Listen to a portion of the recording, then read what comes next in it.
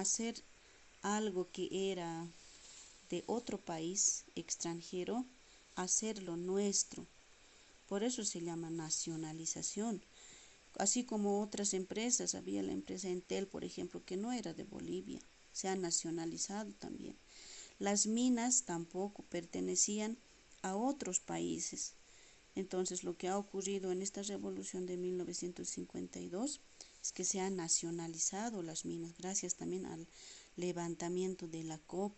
Como eran mineros, han luchado para que se nacionalice, para que el oro, las minas ya pertenezcan a Bolivia y de ahí importar a otros países, exportar a otros países. La revolución agraria mediante la confiscación de los latifundios. Ahí entre paréntesis podemos ver que dice haciendas, es porque los latifundistas eran los patrones. Entonces lo que se ha logrado es la confiscación, que se cierre, que se elimine totalmente y que la tierra, los terrenos que ellos estaban dominando, que pase a mano de los campesinos, que se entregue a esas organizaciones, pequeños sindicatos, como hace rato mencionábamos, la sublevación de la clase popular. Entonces que se entregue a ellos. 3 hasta ahí. A 2. El tercero, se ha establecido el voto universal a partir de que el ciudadano o la ciudadana cumpla 18 años. Más antes de esto, solamente podían votar ciudadanos que cumplan 20 años, pero puro varones. Las mujeres no tenían derecho a votar. Entonces, a partir de esta revolución del 52 se establece el voto universal. Universal quiere decir varones y mujeres. A partir de los 18 años podían elegir a sus representantes. 4. Se ha realizado también un Congreso Nacional de Trabajadores donde han determinado diferentes peticiones también que les van a favorecer a ellos. Se ha hecho una derogatoria, quiere decir se ha eliminado una derogatoria de las disposiciones antiobreras. Antiobreras es todo lo que no convenía a los obreros, han ido eliminando. Había leyes, normas que han sacado anteriores gobiernos que no les favorecía. Entonces se ha ido eliminando estas disposiciones que iban en contra de la COP. También la nacionalización de los ferrocarriles. En esa época había muchos trenes. No sé si ustedes pueden aún ver en la ciudad de La Paz, hay un teleférico que llega hasta allá, el rojo, en la parte de Vita, en Said, en ese sector, hay todavía algunas estaciones donde partía el tren. Entonces esos no nos pertenecían, pero se han nacionalizado también. Y como la revolución también ha ido creciendo, la revolución industrial, la segunda revolución industrial, ha habido más extensiones de líneas ferroviarias, entonces ya se ha ido desapareciendo también esta innovación que era en esa época. Era pues algo novedoso, era algo interesante poder trasladarse en trenes, ya que más antes la gente iba en pie, en burritos, en caballos, se trasladaban, ¿no? Entonces ya se ha nacionalizado en esa época también los trenes. Ahora, el rol de la milicia. En esta parte vamos a hablar también qué hacían los militares durante este proceso. A ver, nos habla también de la experiencia de la guerra del Chaco. Ha dejado una huella profunda, dice, en los bolivianos, donde estos combatientes han tenido que armarse, crear su capacidad militar. También se han organizado ellos. Tenían algunas habilidades también que lo han aprovechado eso para poder combatir en esta guerra. La revolución boliviana del 52, si no participaban estos grupos obreros, porque no eran militares, eran grupos nada más de obreros, quienes han aprendido a la fuerza, incluso a disparar, ¿no es cierto? Entonces ellos estaban conformados, nos dice, por mineros, por fabriles, estaban conformados por campesinos, por la clase explotada, por los que trabajan en los campos. De esa manera se han organizado. Cuando ustedes escuchan tal vez la guerra del Chaco, piensan que Bolivia estaba muy armada, estaba bien equipada, estaban preparados, tal vez así, pero no era. Se han organizado pequeños grupos de jóvenes, de hombres, incluso mujeres han participado. Entonces, por eso se llama pues milicia obrera. Ellos nomás son los que se han preparado para ir a las luchas. Y de esa manera, también de esas organizaciones que ellos han tenido, se ha logrado la derrota, se ha logrado la victoria. Eh, ¿Contra quiénes peleaban? Contra los militares. Había también militares como hoy en día. Hay militares malos que cuando ven que la gente se está organizando, que la gente está actuando, está pidiendo algo, salen en contra. Pero tampoco porque ellos quieren, porque cumplen algo, órdenes de alguien. Entonces aquí las fuerzas militares cumplían pues órdenes del presidente Víctor Paz Estenssoro. Él era quien decía, ya mira, vayan ustedes, se están sublevando, los campesinos están haciendo huelga, están marchando, ustedes vayan a matar. Entonces los militares cumpliendo esa orden iban pues a atacar a su propia gente. Entonces también ha habido pues guerras civiles durante esa época. Ha habido bastante guerra civil. A ver, aquí vamos a hacer también esta pequeña lectura. Vamos a invitar a algún estudiante que quiera participar. Algún voluntario. Yo, profe, A ver, Mary. por determinación del Supremo Gobierno y con emergencia de la Revolución Nacional y habiendo los cadetes del Colegio Militar que tomaron parte activa, utilizando sus armas contra el pueblo, este año se suspenderán las labores del mencionado Instituto Militar, viendo los alumnos inscritos en los colegios para no ser perjudicados en sus estudios. El próximo año se reorganizará el Colegio Militar de conformidad a nuevas orientaciones. Ya. Es un comunicado. Si nos damos cuenta, aquí arriba dice, ¿no? El 7 de mayo de 1952, el Ministerio de Defensa emite el siguiente comunicado. ¿Qué habían hecho en la escuela militar? Hay institutos militares actualmente donde se estudia para ser sargentos, militares, cadetes, todo eso. Entonces, en este comunicado dice que los cadetes del colegio militar han utilizado sus armas contra el pueblo y por ese motivo se suspende, dice, las clases en ese instituto militar. Y los estudiantes que tenían que inscribirse a ese instituto militar tienen que esperar hasta nuevo aviso, hasta próximo año, dice aquí, hasta que se solucione. Entonces, si nosotros analizamos un poco esta parte, había pues enfrentamientos. Los jóvenes que estaban en esos institutos militares ya estaban luchando ya contra el pueblo. Entonces esas cosas también han ocurrido durante la Revolución del 52. Las conquistas sociales, ya hemos mencionado, ¿no? La nacionalización de las minas, expropiación de las empresas de los varones del estaño. Aquí vamos a conocer algunos varones del estaño. ¿Por qué se les llama así? En esta lectura, en la parte izquierda vamos a leer, dice, hemos nacionalizado las minas con dos objetivos. Uno de ellos, económico, evitar el drenaje constante de nuestras riquezas. ¿Qué quiere decir drenaje? Que se está yendo. Nosotros cuando despachamos agua en el inodoro, en nuestros baños, se va, ¿no ve? ¿Cómo se llama? A los alcantarillados. Así se iba pues nuestra riqueza. Por eso dice eso. Eso era un objetivo, que ya no se vaya así nuestra riqueza.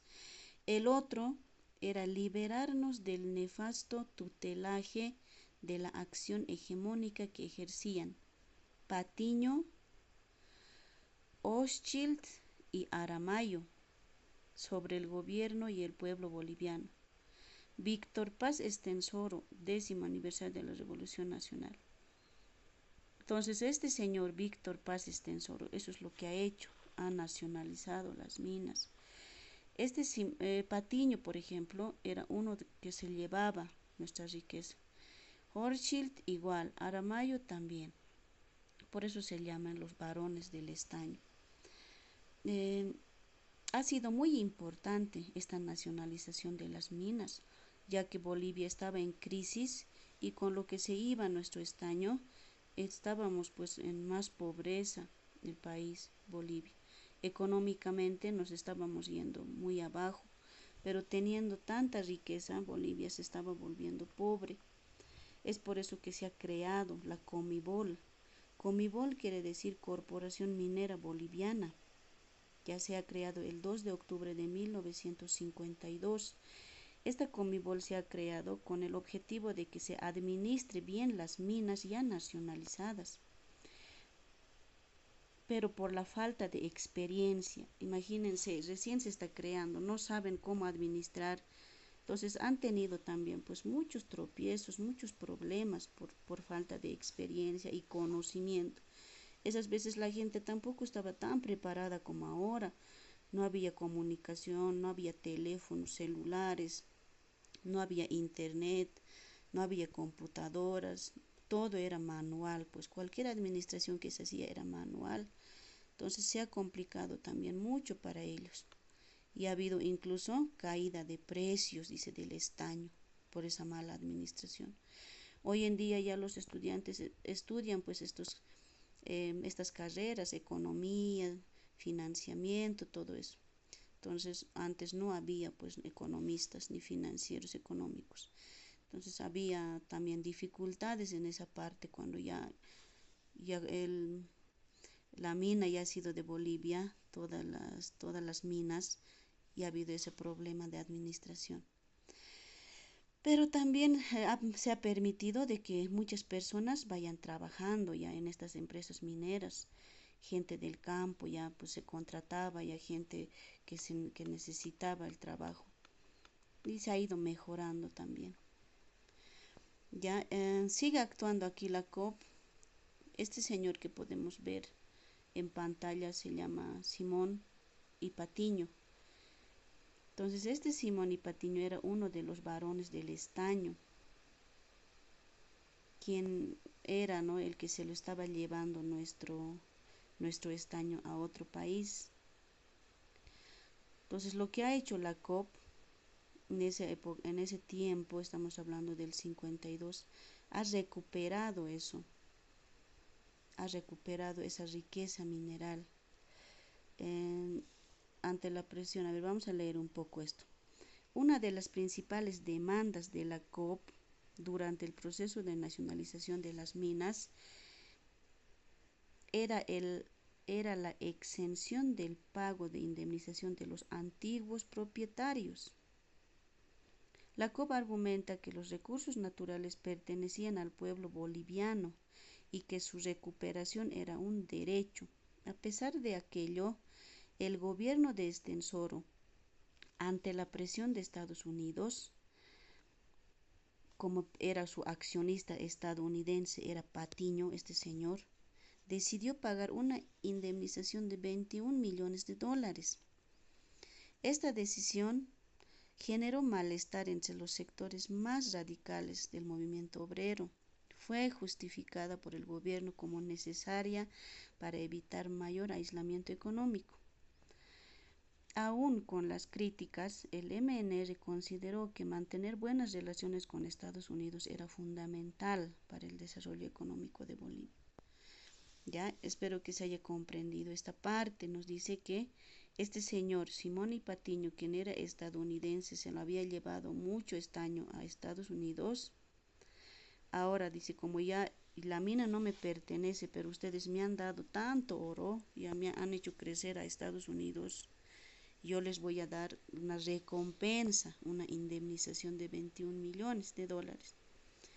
Entonces los bolivianos, ¿qué dicen? Esto es muy poco, no podemos merecer tan poco, dicen.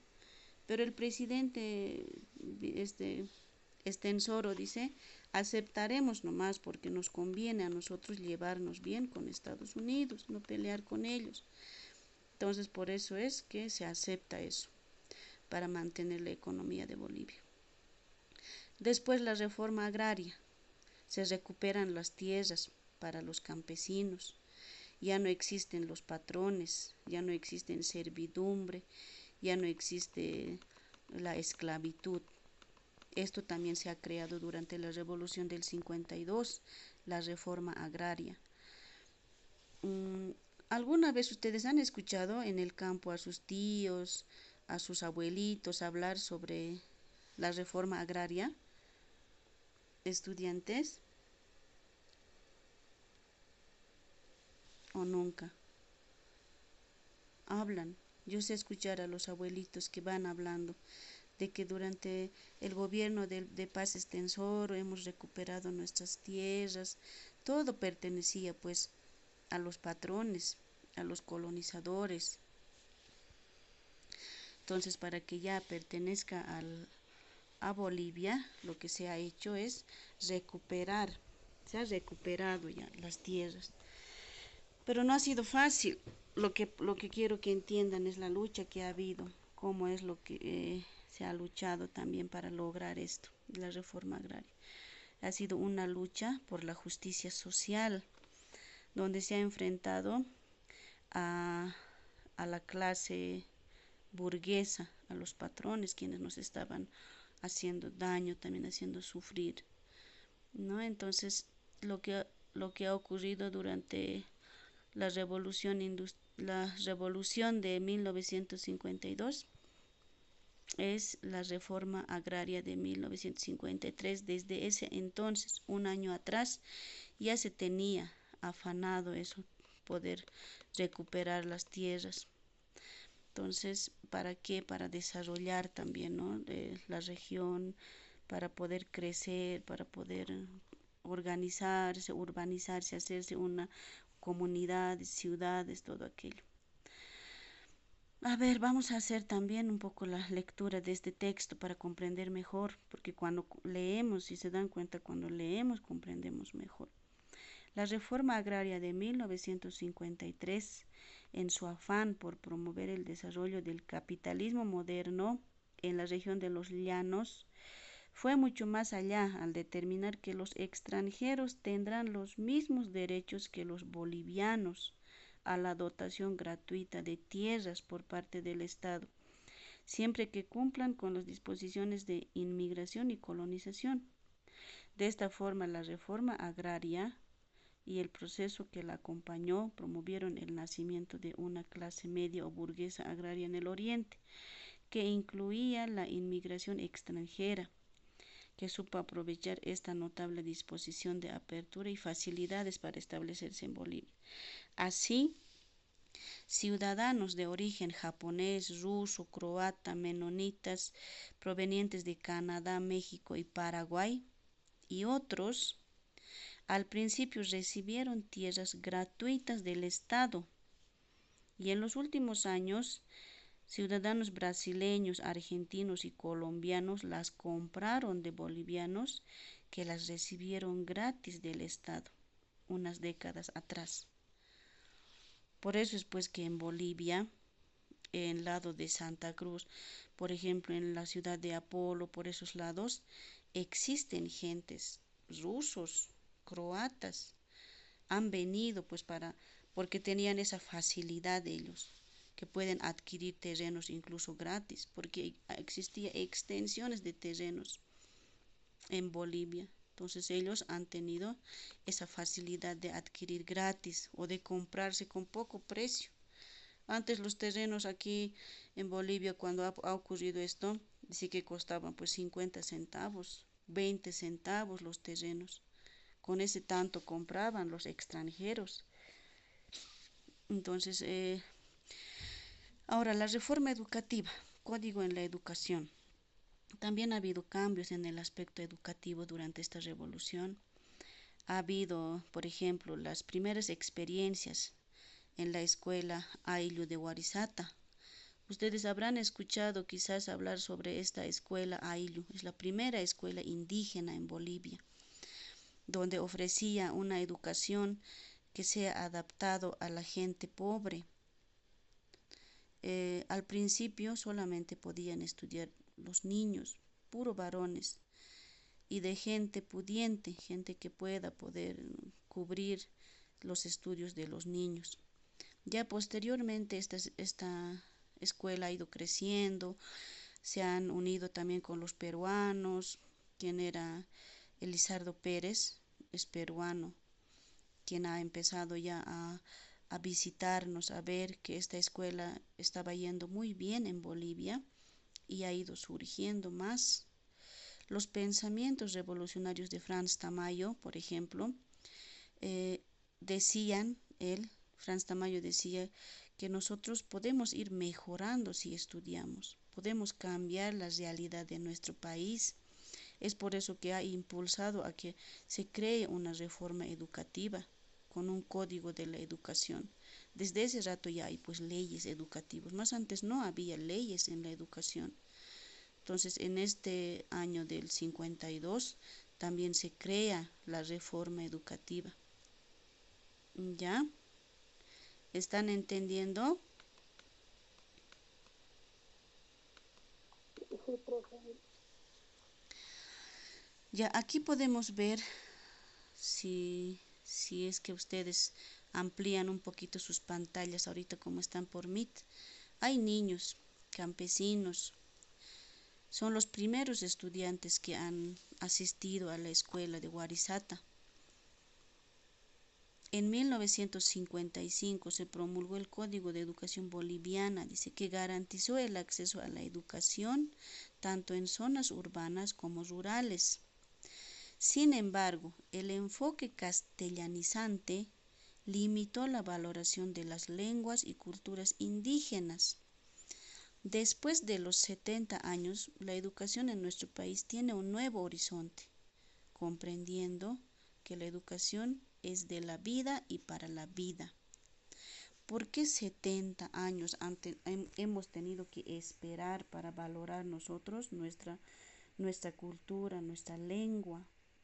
No iba a ser posible. 70 años. Por eso existe la ley 070. Hoy en día tenemos ley de educación. ¿Cómo se llama?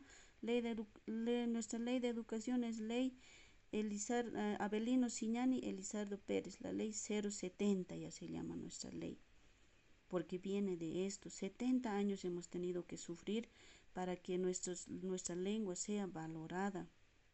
No se valoraba más antes. Era obligado que los estudiantes aprendan el aymara. Aymara se tenía que, castellano. Castellano era obligatorio aprender y no aymara.